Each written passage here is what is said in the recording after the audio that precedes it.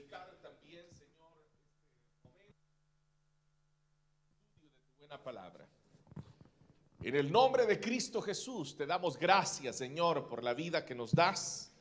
Te damos gracias, Señor, porque para cada uno de nosotros es un maravilloso privilegio poder venir y abrir nuestros corazones y recibir el consejo que tienes para nuestras vidas. En el nombre de Cristo Jesús, nuestro Señor, gracias. Amén y amén. Gloria a Dios. Que Dios los bendiga a todos, hermanos. Sean bienvenidos. Una alegría poder estar congregados en esta noche de día viernes y finalizando una semana más. Qué bueno que tenemos esta bendición de estar congregados y continuar nuestro aprendizaje de la buena palabra del Señor.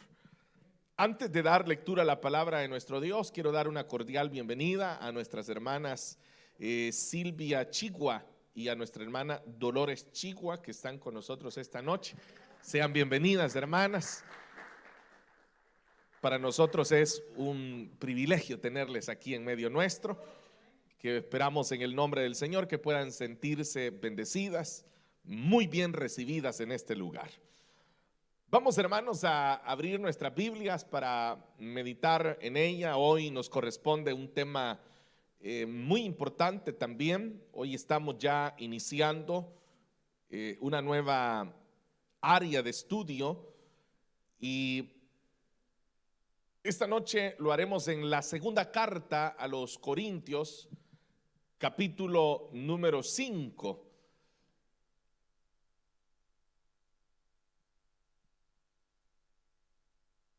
También, por supuesto, saludamos a todos nuestros hermanos que a través del internet se unen a nosotros de diferentes países y también a nuestros hermanos acá en Italia que nos acompañan. Muchos de nuestros hermanos que por motivos de distancia durante la semana no pueden estar acá con nosotros, pero a través de la señal en vivo, ellos son parte de este estudio doctrinal. Segunda de Corintios capítulo 5 es el que vamos a leer en esta noche y lo haremos desde el versículo número 1 en adelante. Y la palabra del Señor nos dice: de hecho, sabemos que si esta tienda de campaña en que vivimos se deshace, tenemos de Dios un edificio, una casa eterna en el cielo, no construida por manos humanas.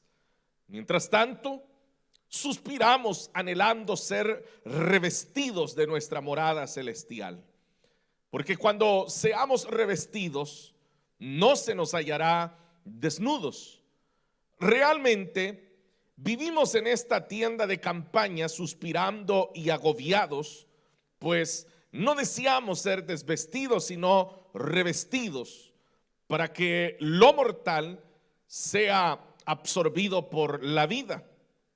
Es Dios quien nos ha hecho para este fin y nos ha dado su Espíritu como garantía de sus promesas.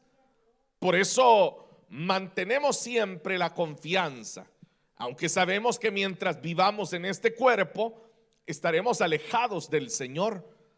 Vivamos por fe, no por vista.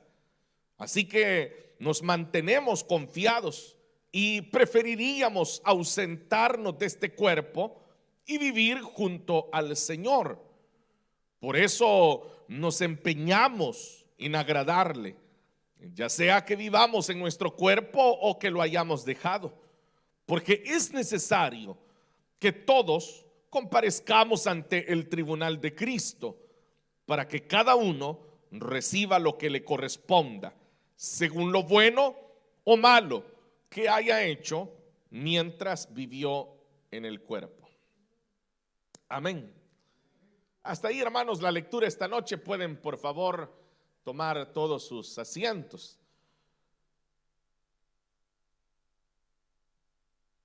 Esta noche, hermanos, iniciamos, como digo, ya la ruta final de los estudios doctrinales que venimos desarrollando. Como usted ya lo sabe, pero siempre hay hermanos a quienes corresponde estarles dando contexto. Todos los viernes estudiamos un tema doctrinal, un tema básico, podríamos llamarle, de las doctrinas de la iglesia, iniciando, por supuesto, desde la inspiración de las escrituras, es decir, por qué nosotros creemos firmemente que la Biblia es inspirada por Dios y es la palabra de Dios. Y por ahí iniciamos, pero nosotros llegamos hasta el final de todo, que es la doctrina de la eternidad futura. Entonces, en ese recorrido que hacemos, prácticamente tardamos un año haciéndolo. Entonces, usted ya creo que a estas alturas habrá deducido que cuando llegamos al tema, bueno, no lo he dicho todavía, pero ahora lo menciono, es el tema que nosotros conocemos como el estado intermedio o el estado de los muertos. Entonces, cuando llegamos a este tema, usted ya sabe que nos encaminamos al final, y por eso es que los temas están agrupados de una manera temática. Es decir, que todos los temas que tienen que ver con la muerte, con la resurrección y que tienen que ver con la venida del Señor y todo lo que ha de acontecer, todos los eventos que aún falta porque acontezcan, todos esos temas, esa es la parte final del estudio doctrinal, lo cual dentro de la teología se conoce como la escatología, es decir, todos los eventos futuros. Es a eso a lo que se refiere la escatología, el escatos, que es el futuro, los eventos que están al porvenir. Entonces, obviamente, no podemos hablar de cómo terminan todas las cosas sin antes haber entendido a la luz de la Escritura qué es lo que sucede después de la muerte. Entonces, es acá donde, como le digo, damos inicio a través del tema que nosotros lo conocemos de esa manera, ¿no? Como el estado de los muertos, o que para asuntos de estudio es también llamado el estado intermedio, es decir, el estado que media entre la vida y la resurrección. Hay algo que en primer lugar debo de señalar, y es de que dentro de la mayoría de culturas, dentro de las mayorías de civilizaciones, siempre se ha tenido la idea y la claridad de que hay vida después de la muerte. Eso ha sido algo, como le digo, que ha estado presente, ¿no? Lo que el hombre no ha tenido es la claridad realmente de lo que Dios nos expresa a través de su palabra. Pero si usted hace un repaso en muchas de las culturas, dentro de las religiones que estas culturas practicaban, muchos siempre creyeron que había algo después de la muerte. Por ejemplo, en el antiguo Egipto, ellos momificaban a los faraones y ellos les ponían todas sus riquezas y les ponían incluso su servidumbre, porque ellos decían, es que lo necesitarán después de esta vida. Entonces, todo mundo ha albergado de alguna manera la idea de que morimos, pero que no todo termina allí, sino que siempre se ha tenido esa idea. Y bueno, hablando, como le digo, de diferentes culturas, ¿no? Por ejemplo, la cultura nórdica, que es lo que popularmente uno conoce como los vikingos, por ejemplo, ellos también creían que había una vida después de la muerte, y por eso era que ellos incluso tenían un nombre del lugar a donde ellos decían ir, y ellos hablaban de un lugar llamado el Valhalla, en donde se reunían nuevamente después de la muerte. Entonces, eso ha sido, y aquí solamente le he mencionado dos, pero podríamos seguir, ¿no? Pero todos han tenido esa idea de que hay algo después de la muerte. Y en el caso nuestro, los que procedemos de las culturas de Latinoamérica, en donde usted sabe que ha predominado el catolicismo romano, es quizás todavía más común para nosotros el hecho de saber que se resucita después de la muerte. Y por eso es que algunos de ustedes, bueno, los mayores quizás, si hacen memoria, se acordarán que una de las prácticas que se tenía dentro del catolicismo romano era, por ejemplo, las misas, y les llamaban misas de cuerpo presente, o hacían misas por al año de que la persona había fallecido. Entonces la idea, y nosotros nos fuimos familiarizando con esa idea, que había algo después de la muerte. Pero el problema fue que nos fuimos familiarizando con la idea de que todo el que moría resucitaba para vida. Ese fue realmente el problema. Es decir, no importaba si la persona en vida se acordó o no se acordó de Dios, no importaba si la persona en vida llevó o no llevó una vida que agradaba a Dios, no importaba si la persona había obedecido o no había obedecido la Biblia. Al final, ya cuando la persona moría, todos aseguraban que la persona ya estaba delante de Dios. Y por eso usted recordará que hay hasta frases que todo mundo las repite cuando alguien fallece. Y cuando alguien fallece, lo primero que uno dice, bueno, ya pasó a una mejor vida, dice la gente. Esa es una frase. Oiga, entonces, cuando alguien dice así, ¿qué es lo que está afirmando? Que esa persona sufría en esta vida, pero que ahora está en una vida a donde ya no sufre. Pero la pregunta es, ¿cuál es la garantía de que eso sea cierto? Bueno, pero voy a seguir. Otra de las frases que se ha tenido es que cuando la persona fallecía se hacían esquelas, las cuales eran presentadas, por ejemplo, en los periódicos. Y tal vez ustedes se acordarán de que habían incluso unas siglas para eso. Y dentro de esas siglas decía que de Dios goce, por ejemplo. Esa era otra frase. Entonces, ¿qué es lo que se está confesando a través de eso? Lo que se está confesando es que todo el que muere ya está delante de Dios. O sea, esa es la idea. Pero cuando uno viene a la luz de la Escritura, uno se da cuenta que sí, en efecto, todo el que muere será resucitado, pero que hay una cuestión a valorar. Y la cuestión a valorar es que no todos serán resucitados para vida eterna, sino que muchos serán resucitados para un castigo eterno. Y esa es la diferencia. Como le digo, todos estamos familiarizados, pero hasta cierta, bueno, podríamos decirlo así, hasta cierta medida ha sido más bien perjudicial tener esa idea, porque la gente vive despreocupada de Dios. O sea, nadie piensa en Dios, nadie se acuerda de Dios.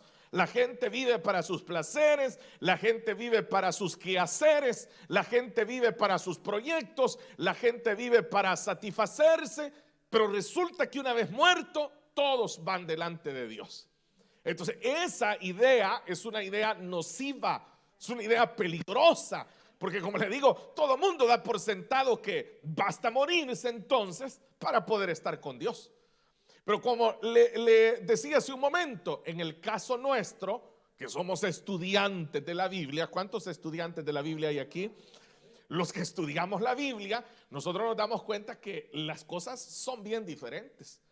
Y nos damos cuenta que de acuerdo a la Escritura y de acuerdo a la inspiración que el Señor concedió a los hombres de la Biblia, hay detalles que se tienen que conocer, que tenemos que aclararlos, que tenemos que profundizarlos para darnos cuenta que sí, qué es lo que realmente sucede después de la muerte.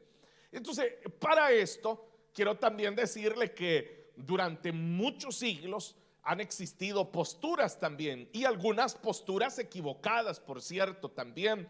Por ejemplo, y voy a mencionar la más, yo diría la más sonada y la más famosa de esas, ¿verdad? Y es el famoso sueño del alma, el cual consiste en que las personas creen que cuando un hombre, un ser humano muere, su alma reposa, es decir, su alma queda inconsciente durante todo un periodo hasta que llegue el momento donde esa alma es despertada por Dios. Pero cuando, le insisto, al venir a la Biblia, uno se da cuenta que no es así. Uno se da cuenta que el alma sigue existiendo, el alma sigue viviendo, el alma sigue estando siempre consciente. Y para entender eso es necesario ir a este capítulo 5 que hemos leído, en donde el apóstol Pablo nos va brindando en cada uno de estos 10 versículos que hemos dado lectura. Pablo nos va regalando perlas maravillosas para poder entender este tema, porque a través de la revelación de Pablo y a través de lo que Pablo estaba enseñando, él va dejando al descubierto qué es lo que nosotros como creyentes, como hijos de Dios, debemos de entender de la muerte, y debemos de esperar después de la muerte, y debemos de anhelar también después de la muerte. Todos los que estamos acá como creyentes sabemos que, bueno, algún día nos vamos a morir, ¿verdad? ¿Cuántos de ustedes se van a morir? O sea, es una pregunta que uno no quisiera escuchar, ¿verdad? Uno prefiere aquellas preguntas de cuántos están en victoria, ¿no? Pero que a uno le digan, ¿cuántos se van a morir? O sea, nadie dice, amén, con una gran felicidad. En cierta parte, y tengo que decirlo, es bastante sano, hablando psiquiátricamente, no anhelar la muerte. O sea, solo una persona que tiene un desequilibrio mental son las personas que pueden anhelar la muerte. Y aclaro esto porque allá afuera en el mundo hay ideas acerca de la iglesia cristiana evangélica. Ideas como que, por ejemplo, que nosotros nos quisiéramos morir. Entonces yo les preguntaría a todos los que están acá, ¿cuántos de ustedes se quieren morir? O sea, nadie. Por eso le digo. Y eso demuestra que estamos sanos, hablando mentalmente, estamos sanos. O sea, un ser humano que está sano no desea morirse. O sea, usted tiene planes, usted tiene proyectos a futuro. Y le voy a decir algo, usted tiene sus proyectos y usted sabe que mañana mismo el Señor Jesús podría venir por nosotros. O sea, no necesariamente nos tendríamos que morir. O sea, mañana, es más, hoy en la noche, el Hijo de Dios podría venir por su iglesia. Pero nosotros no dejamos de hacer planes. O sea, eso demuestra dos detalles: que nuestro juicio, o sea, ya ha oído usted esta frase, el sano juicio. O sea, se refiere a que una persona está cuerda mentalmente. Y aparte también estamos cuerdos espiritualmente. Porque como no sabemos el día ni la hora en el cual el Señor puede venir, nuestro deber es seguir adelante, ¿no? Será el Señor quien decida si nos deja los planes a medio andar. Pero eso ya es una decisión de Él. Pero diferente es que usted vaya a tardar 30 años el Señor en venir y usted nunca tuvo ni un plan ni un proyecto y diga, no, es que como yo estaba esperando la venida del Señor, por eso nunca hice ningún plan ni estudié. Por ejemplo, que un jovencito acá dijera, yo no estudié porque como a mí me decían que Cristo ya venía, mejor no fui a la escuela. O sea, nosotros estamos cuerdos en ambos sentidos. Estamos cuerdos bíblicamente y estamos cuerdos también mentalmente. Ahora, pero la gran pregunta, y es a lo que lo quiero llevar esta noche cuando le decía que cuántos se quieren morir, es que el apóstol Pablo llegó a demostrarlo, que lo único que a nosotros realmente nos separa de Dios es esta vida. O sea, él llega a demostrarlo de esa manera y ya lo vamos a ver. Usted sabe que normalmente tratamos de hacerlo versículo a versículo, trataremos de ver si el tiempo nos lo permite. Pero lo que Pablo estaba mostrando era eso, que sí había vida después de la muerte. Y hay personas que a uno lo cuestionan, ¿no? Y le dicen, ¿quién ha regresado de la muerte? Para que le digan a uno que sí hay muerte, que sí hay vida después de la muerte.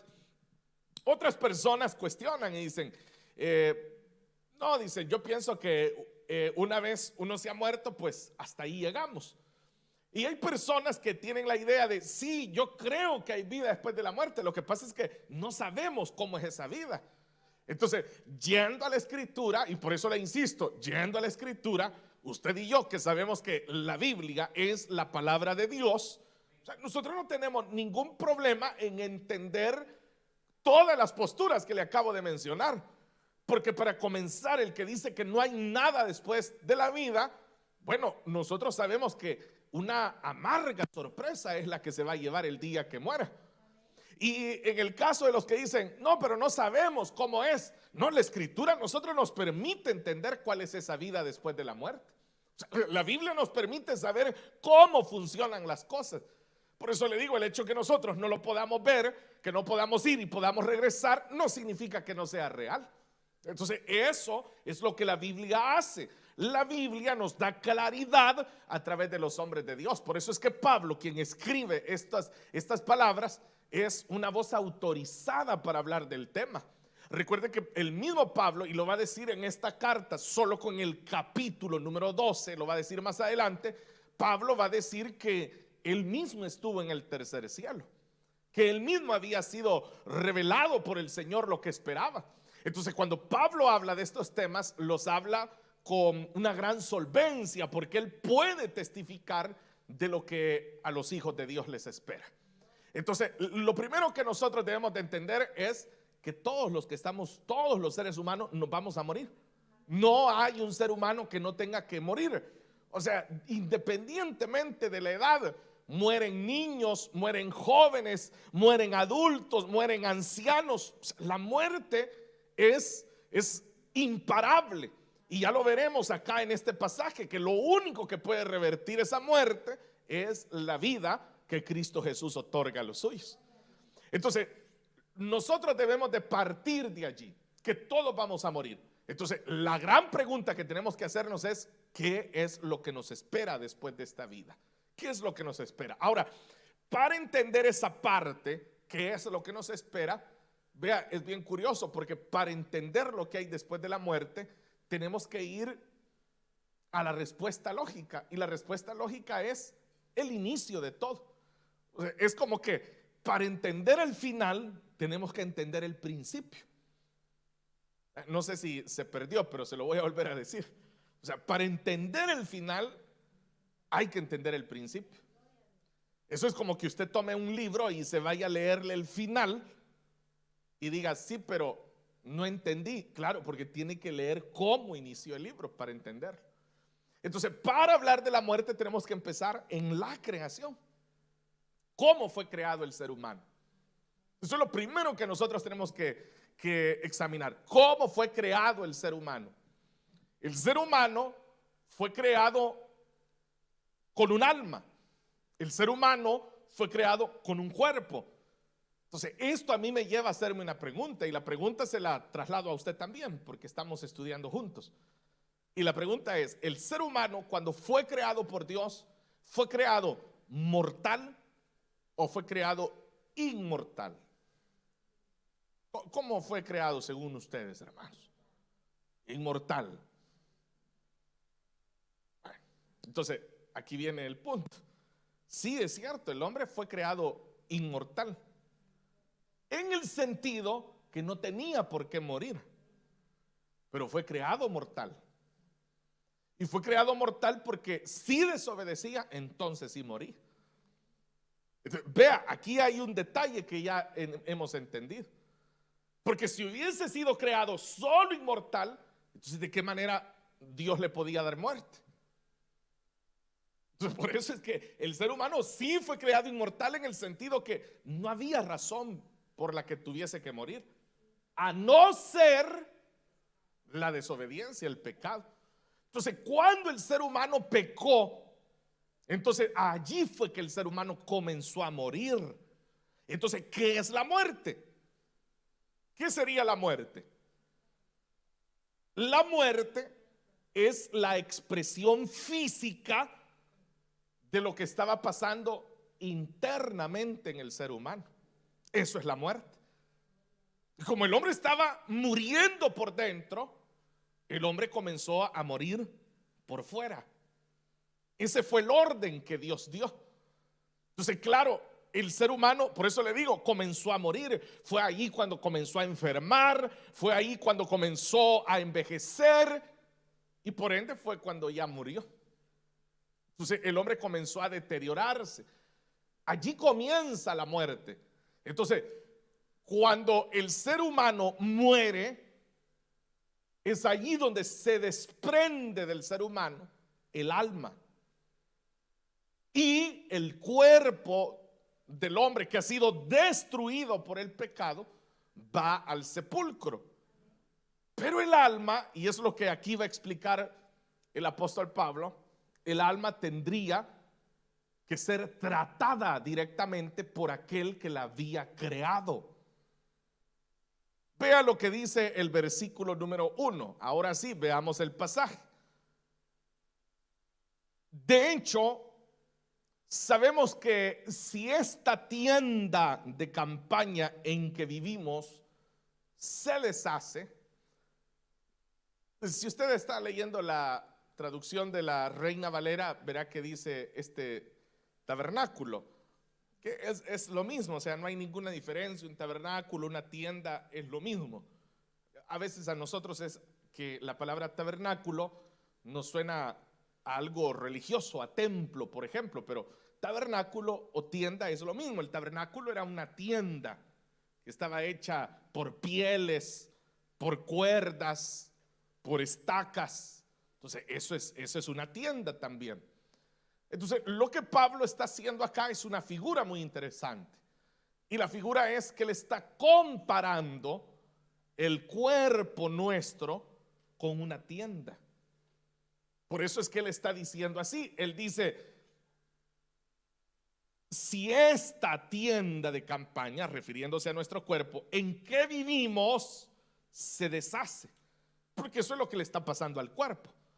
El cuerpo se está deshaciendo. Esto sé que no les agrada mucho, pero así es. O sea, el cuerpo se está deteriorando, ¿no? Los años lo empiezan a lastimar. Por eso es que los que están jóvenes acá dicen: mire, yo que ni frío siento, hoy puro calor he sentido todo el día. O sea, pero los que ya estamos mayores ya nos ponemos, aunque sea una chaquetita, ¿verdad? Porque uno dice: un mal viento por ahí y amanezco mal mañana. Porque cree que pasa eso, porque nos estamos deteriorando. O sea, el cuerpo se está, como dice, y se está deshaciendo. Por eso es que a cierta edad uno tiene una estatura, a cierta edad uno ya ha perdido centímetros de estatura. Y exacto, es lo que normalmente las personas dicen, ¿verdad? Ahorita van para arriba, dice, viendo uno a los jóvenes. Dice, pero después uno viene ya para abajo.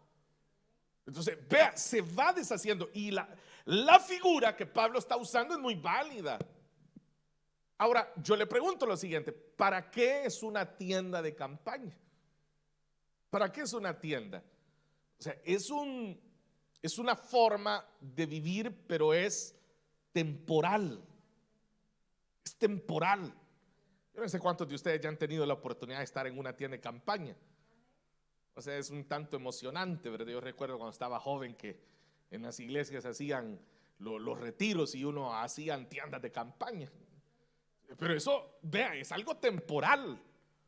Nadie se queda a vivir ahí en la tienda. De igual manera como el caso de Israel, que Israel tenía el tabernáculo, pero ellos no se quedaron con el tabernáculo todo el tiempo. Llegó el momento en donde ellos construyeron propiamente el templo. Entonces el tabernáculo era algo provisional. Entonces lo que aquí el apóstol nos está diciendo a nosotros es el hecho de que este cuerpo que nosotros tenemos se deshace, pero porque es temporal. No es algo para siempre, es temporal. Por eso es que usted ya empezó a notar que a cierta edad le empezó a fallar la vista, que de repente a otros nos falla algún oído, de repente ya uno ya siente que se le queda la rodilla, ya no funciona. Entonces la tienda de campaña comienza porque es temporal. O sea, es temporal. Si yo le dijera, ¿no? Uno de joven, los desórdenes que uno hacía para comer, ¿verdad? 10 pupusas era nada, pues. Ya ahora ya uno ya se cuida, dice, no, ya de ahí ya no paso porque ya no dormí. O sea, uno comienza a darse cuenta que la tienda de campaña es eso, es una morada temporal, es temporal. Entonces, por eso el apóstol está diciendo que se deshace. Pero oiga lo que va a decir a continuación: tenemos de Dios, dice. Tenemos de Dios, y eso le da el sentido de que es Dios quien otorga la eternidad. Dice, tenemos de Dios, pero hoy le va a llamar un edificio. Entonces, note ahora acá la diferencia. Se pasó de una tienda de campaña, se pasó a ¿qué? A un edificio. O sea, un edificio ya no es algo temporal. Un edificio es algo que se construye y se puede tardar en construir. porque lleva medidas de seguridad. Ha trabajado un arquitecto, ha trabajado ingenieros, han trabajado, o sea, ha sido un trabajo, mediciones, pesos, o sea, de todo, de todo. Ya para hacer un edificio ya hay planos, se deciden los materiales, qué cantidad de hierro va a llevar, cuánto soporta de peso ese hierro. ¿Por qué? Bueno, porque lo que se está buscando es que ese edificio va a durar toda la vida. Por eso, bueno, aquí en este país usted ya lo habrá notado, ¿verdad? Que de repente uno llega a un lugar y uno ve la placa y dice, el edificio es de 1940, por ejemplo, un edificio. No sé si usted se ha preguntado, ¿cómo ha hecho eso para estar de pie tanto tiempo? O sea, no sé si ustedes ya se han encontrado aquí edificios que usted ni había nacido, pero ¿cómo los construyeron? Y la pregunta todavía podría ir más allá. En ese entonces, cuando lo construyeron, ¿qué tecnología había como ahora? Pero ahí están de pie, porque fueron construidos con ese propósito. Bueno, y estoy hablando de edificios, ¿verdad? Pero usted sabe que aquí hay hasta obras arquitectónicas que vaya usted por toda Italia, ¿verdad? Aquí hay cosas, bueno, llegando a Roma y ahí va a encontrar todavía el Coliseo. Y así por todos lados usted puede encontrar. ¿Por qué? ¿Cuál era la idea? La idea era que permanecieran esas obras. Entonces, esa es la figura que el apóstol nos está dando con respecto a la vida. Que este cuerpo que nosotros tenemos es eso, él le llama una tienda de campaña. Es algo temporal. Esa tienda de campaña que usted anda cargando es temporal.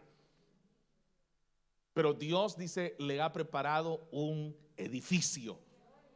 Y vea lo que va a decir a continuación. Dice que ese edificio, una casa eterna le está llamando, en el cielo, no construida por manos humanas.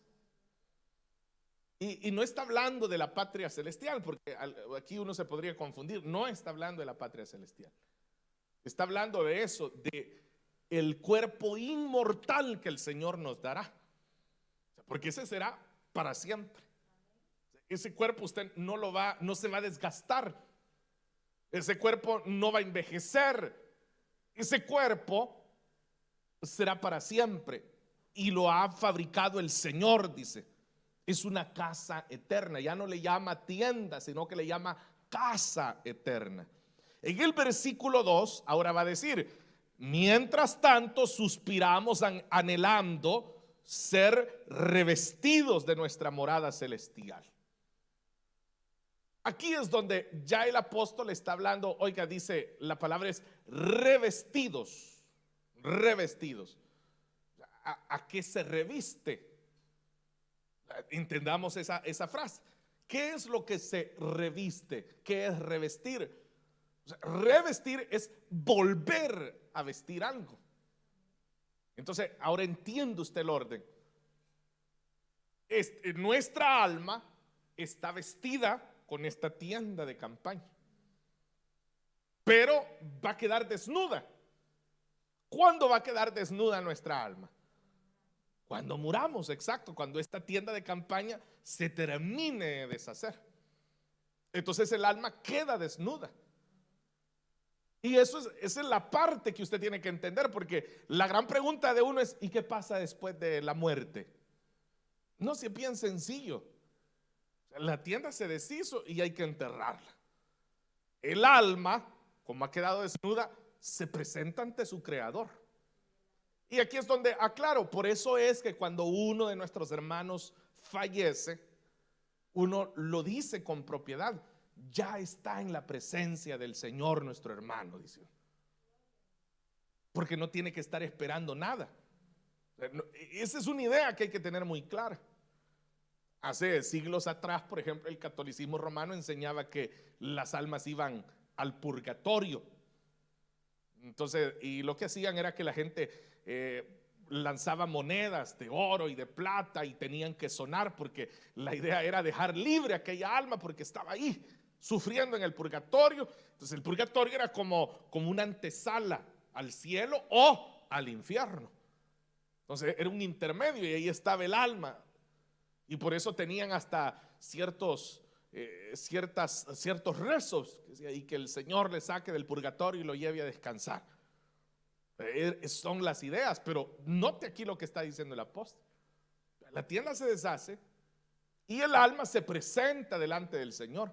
¿Qué es entonces lo que esa alma está esperando? Si no está esperando, en el caso de los creyentes, y estoy hablando propiamente de ustedes, ¿qué es lo que esa alma está esperando? Porque esa alma ya le pertenece al Señor. O sea, si yo le pregunto a usted, aunque usted todavía está en la tienda, pero yo le pregunto, ¿de quién es su alma?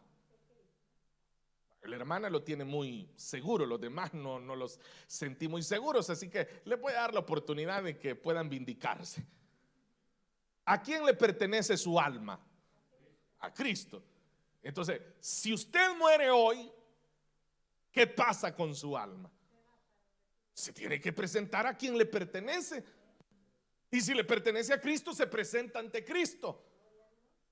Pero ¿qué es lo que está esperando? Porque Pablo dice acá que está suspirando, dice, y está anhelando, se está deseando, dice, ser revestida de su morada celestial. Entonces es por eso, por lo que le dije, el alma ha quedado desnuda. Pero como el alma no fue hecha para eso, Dios no hizo almas para que estuvieran desnudas.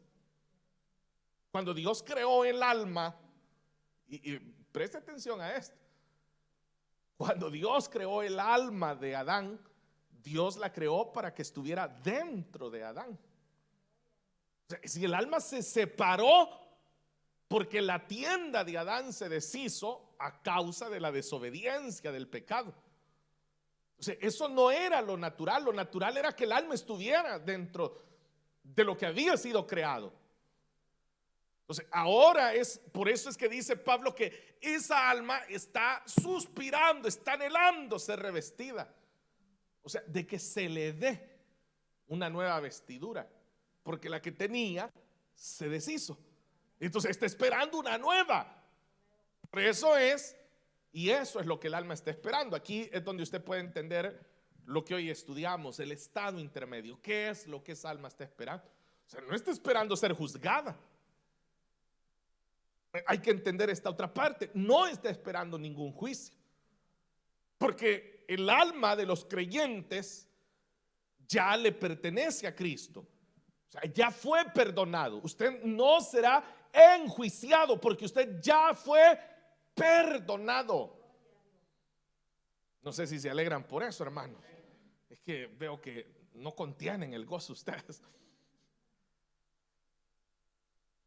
Ustedes ya no es que vamos a ir ahí a estar sentados. El alma ahí está sentada esperando a ver si me tiene o no me tiene misericordia. No, es que ya le tuvo misericordia.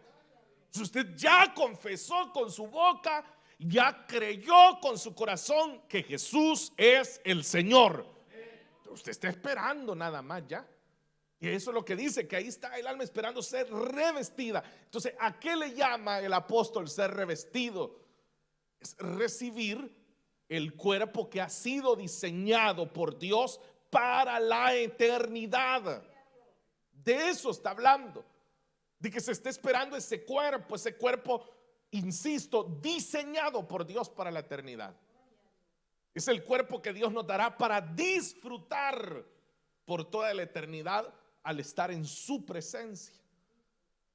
No sé si lo entendió, pero bueno, ya lo va a seguir entendiendo. Realmente, dice el versículo 4, realmente vivimos en esta tienda de campaña, y va a retomar una vez más la idea del cuerpo. Vivimos en esta tienda de campaña suspirando y agobiados, pues no deseamos ser desvestidos. Yo sé que Pablo está usando aquí un lenguaje así como muy figurado, ¿no? Y por eso quizás cueste un poco entender. Pero en pocas palabras lo que Pablo está diciendo es que mientras nosotros estamos vivos, nosotros vivimos suspirando y agobiados por no morirnos. Es lo que les decía. Porque eso es lo natural. Es que ¿quién se quiere morir? Cuando una persona dice, yo me quiero morir, dice, no, llévelo donde el psicólogo o llévelo donde el pastor y que oren por él, porque ya no es normal eso. Y por eso usted va a ver que las personas que intentan quitarse la vida es porque tienen un problema. Una persona que se quiere colgar por ahí con la corbata. Otras personas que dicen, no, yo voy a tomar alguna sustancia y me voy a... Es porque hay un problema. Y hay que atenderle ese problema. Pero lo normal es lo que Pablo está diciendo aquí. Por eso es que si usted se enferma, ¿qué le pasa? Si usted se enferma, usted rápido quiere ir al médico. O sea, nadie se enferma y dice, no, aquí déjenme que me voy a morir. O sea, no, uno quiere ir al médico. Le duele algo y usted, ¿qué es lo primero que hace? Dice, fíjese que me duele aquí. Y como siempre los hermanos han tomado de todo, dice, mire, les recomiendo tal cosa, eso es buenísimo. Ah, bueno, dice uno, y como que aquel es médico, uno va y uno se lo toma, ¿verdad? Y si no le funcionó, dice, no me funcionó, tómese dos, le dicen una. O sea, pero nadie, y por eso dice ahí, vivimos agobiados, porque no queremos ser desvestidos, dice, o sea, es decir, no nos queremos morir, porque si nos morimos el alma queda desvestida. Porque no es lo natural, le insisto, o sea, el alma no es lo natural que esté desvestida. Así como lo natural es que todos andamos con ropa, o sea, nadie aquí está desnudo. De igual manera, si alguien estuviera desnudo, ¿qué diríamos? No está completo, diríamos. Algo le pasa. Ahí es lo que Pablo está diciendo del alma. Está diciendo que el alma no quiere quedar desvestida. Y por eso es que nosotros suspiramos y estamos agobiados por no morir. Pero oiga lo que va a decir a continuación. Lo que decíamos más bien, dice, si no, dice, revestidos, para que lo mortal, que es este cuerpo, sea absorbido por la vida. Eso es lo que nosotros esperamos. Por eso es que nosotros, allí sí entra esto, ¿no? Cuando los creyentes dicen, bueno, si morimos, no importa, del Señor recibiremos vida eterna. Parece que estábamos hablando el miércoles, hablábamos en el estudio que desarrollamos de Efesios, estábamos hablando de los creyentes que por confesar que Jesús era el Señor, morían. Vea, ahí hay una condición diferente, porque ahí la condición era no negar el señorío de Cristo. Entonces les decían a ellos, César es Señor, les decían. No, decían ellos, Cristo es Señor. Ah, entonces te vamos a matar. No importa, decían. Cierro los ojos aquí y los estoy abriendo allá en la eternidad con mi Señor. Ahí es diferente, o sea, no es que ellos se quisieran morir, ¿verdad? No, ahí era que les ofrecían la muerte si ellos no negaban a su Señor. Por eso era que muchos sí llegaron a negar al Señor. Y eso se convirtió después en un grave problema para la iglesia en ese entonces, porque habían posturas encarnizadas de los que no querían después recibir a los que llegaban arrepentidos por haber negado al Señor. Y habían otros que decían, no, a esos ni los dejen entrar. Y otros decían, ¿cómo no? Hay que dejarlos entrar porque hay que darles la oportunidad en el Señor. Pero ese tema ahí se lo cuento otro día. Pero lo que le quiero decir es eso, de que claro, ¿quién quería morir? Pero los que morían, morían por eso, por sostener que Jesús era el Señor. Pero ahí dice Pablo, es que lo natural es que uno no se quiera morir, porque uno está esperando más bien ser revestido hasta que este cuerpo mortal sea absorbido por la vida eterna que se nos va a dar. Por eso es que cuando uno lee palabras así como de, y los que hayamos quedado, seremos arrebatados. La mayoría de los que estamos acá damos por hecho que el Señor nos va a agarrar en vida. ¿Sí o no? Que usted esa idea tiene. Y uno hasta dice, ¿verdad? Y de repente vamos a ir por ahí. Imagínense cuando suene la trompeta. Y por eso hay hasta predicadores, ¿verdad? Bien lindos que animan a la gente y dice, no se pierde el culto. Imagínense que venga el Señor, le dice, y usted tiene que estar aquí. O sea, la idea es esa, que vamos a estar con vida. Pero podría ser que no. Imagínense que el Señor siga tardando y algunos de nosotros muramos. Podría ser. No se vayan a ir preocupados ustedes esta noche. Algunos hermanos se van preocupados, pero piense eso, no piense que podría ser el caso. Yo en lo personal estoy caminando ya hacia los 44 años. O sea, y le puedo decir que cuando yo vine a los pies del Señor no tenía ni los 18 años. Y desde entonces a uno le decían, y entonces sonará la trompeta y los muertos en Cristo resucitarán primero y nosotros los que estemos en pie seremos arrebatados. O sea, pero a mí ya me avanzaron varios, más de 20 años y no viene el Señor. Y si de repente me avanzan otros 20 y no viene el Señor, me va a tener que llamar de la tumba mi Salvador. Puede ser. El punto es ese, que de la muerte seremos llevados a la vida, y es lo que Pablo está diciendo acá. Dice que va a ser, dice, absorbido por la vida. La vida toma la muerte y la desaparece. Eso es, lo absorbió. Ya no va a existir esa muerte.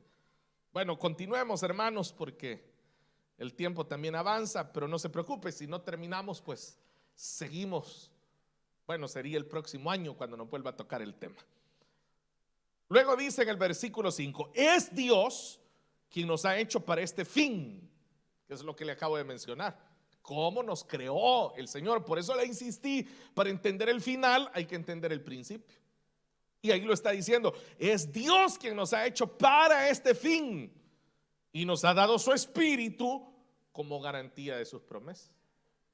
Porque uno podría decir, bueno, pero ¿y qué garantía tenemos nosotros de todo lo que el hermano ha dicho? Bueno, que usted es templo y morada del Espíritu Santo. Ahí tiene usted su garantía de que el Señor lo que ha prometido lo va a cumplir. Por eso dice en el versículo 6, mantenemos siempre la confianza. O sea, el tener al Espíritu Santo dentro de nuestra vida nos da eso, nos da la confianza, aunque sabemos que mientras vivamos en este cuerpo estaremos alejados del Señor. Va interpretando, por eso le dije que aquí Pablo, dentro de todas las figuras que está usando, pero él va dejando como perlitas y uno las tiene que ir tomando y uno tiene que ir hilando esas perlas hasta hacer un collar precioso de esta verdad. Porque ahora está diciendo, miren hermanos, mientras ustedes sigan en esta vida, tengan claro que están lejos del Señor. Entonces aquí viene el otro punto. Quiere decir que para estar cerca del Señor nos tenemos que morir entonces. Ya se preocuparon ustedes. Pero es lo que está diciendo el apóstol. Dice que mientras sigamos en esta vida, estamos lejos de Él. Sigamos, por favor, hermanos, dice. En el versículo 7 él añade, no, vivamos por fe, no por vista. Pero inmediatamente pasa al 8 donde va a decir, así que nos mantenemos confiados y preferiríamos, ahí él está dando su opinión, dice, y preferiríamos ausentarnos de este cuerpo y vivir junto al Señor. Una vez más nos deja claro eso, que solamente cuando uno muere es que el alma se presenta ante el Señor. Eso es lo que está diciendo ahí al final. Por eso le dije hace un momento y se lo vuelvo a decir, no es que el alma queda por ahí flotando, que esas son otras enseñanzas también que hay. Recuerdo una vez una hermana que ella me comentaba que ella había practicado,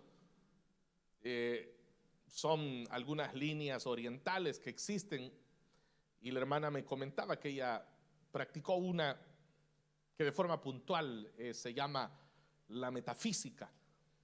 Entonces esta hermana me contaba que dice que ella iba a los ríos, me dice, y en los ríos se miran un montón de lucitas sobre el agua, me dice. Esas son almas, me dice, que quedan ahí. Eso es lo que le enseñan a las personas. Y en esas prácticas es que las personas aprenden, por ejemplo, a desprenderse de su cuerpo. Tal vez usted ha escuchado la palabra la levitación. Son todas esas prácticas. Entonces, pero todo eso lo hace el diablo para desviar la atención del ser humano.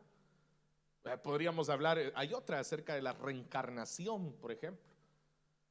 Y hasta la fecha mucha gente sigue creyendo en eso. Y ahí está la gente creyendo. Pórtese bien, dice, para que cuando reencarne en un pajarito bien bonito.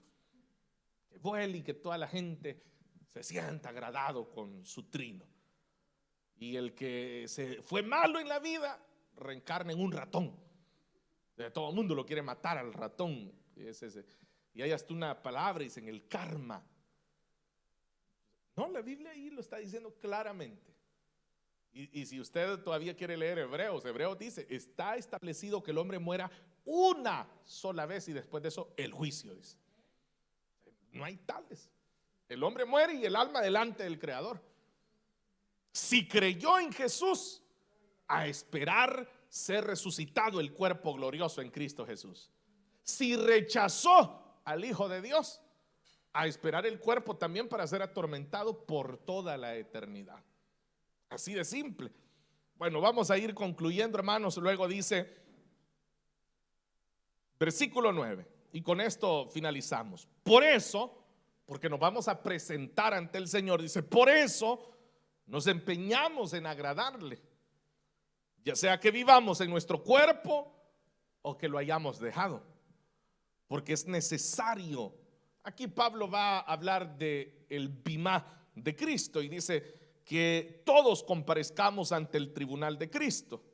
Pero este será un tema que lo vamos a ver más adelante nosotros cuando hablemos propiamente del tribunal de Cristo, donde haremos las notas aclaratorias de que no es un juicio, sino que lo que es sometido a juicio es la obra del creyente. Pero en resumen, en esta noche he tratado de demostrarle a través de estos versículos lo siguiente, y es la enseñanza práctica que hemos visto, que lo que hoy nosotros tenemos es solamente un cuerpo pasajero, temporal, pero que lo que recibiremos después es para siempre. Y eso es todo lo que sucede después de la muerte física, que como ya le expliqué, eso se va dando. Desde el momento en el que nosotros nacemos, hemos empezado a morir, porque eso es lo que el pecado causó en el ser humano. No hay forma de revertirlo. La única manera de revertir la muerte eterna es el sacrificio de Cristo Jesús, Señor nuestro. No hay otra forma. Por eso el que quiera vivir para siempre en la gloria del Señor necesita abrirle su corazón al Hijo de Dios. No hay otra ruta, no hay otra manera. De lo contrario, al igual que todos los que estamos acá, usted también va a morir. Pero la gran diferencia es que su alma no se presentará en paz ante Dios, sino que se presentará, entonces sí, para ser juzgada. Porque la única manera de presentarse en paz, presentarse absuelto ante el Señor, es habiendo en vida haber reconocido que Jesús es el Señor y Salvador de nuestras vidas. Así que, queridos hermanos, ustedes no se dejen sorprender por todo lo que circula por ahí, ¿verdad? Personas que si se les muere un familiar, por ejemplo, y escuchan un ruido por ahí en la casa y dicen, ¡ay! Ahí anda la abuelita, le anda dando vuelta a las cacerolas para que nos acordemos de ella. No, aunque suene cruel, ¿verdad? Pero si la abuelita nos entregó a Cristo, o sea, ya está siendo atormentada. Y aunque alguien diga, predicador, pero qué cruel es usted si la abuelita. Sí, pero o sea, la oportunidad todos los seres humanos tienen de aceptar a Cristo como Señor y Salvador. Es más bien el ser humano es el que es cruel rechazando el sacrificio de Jesús.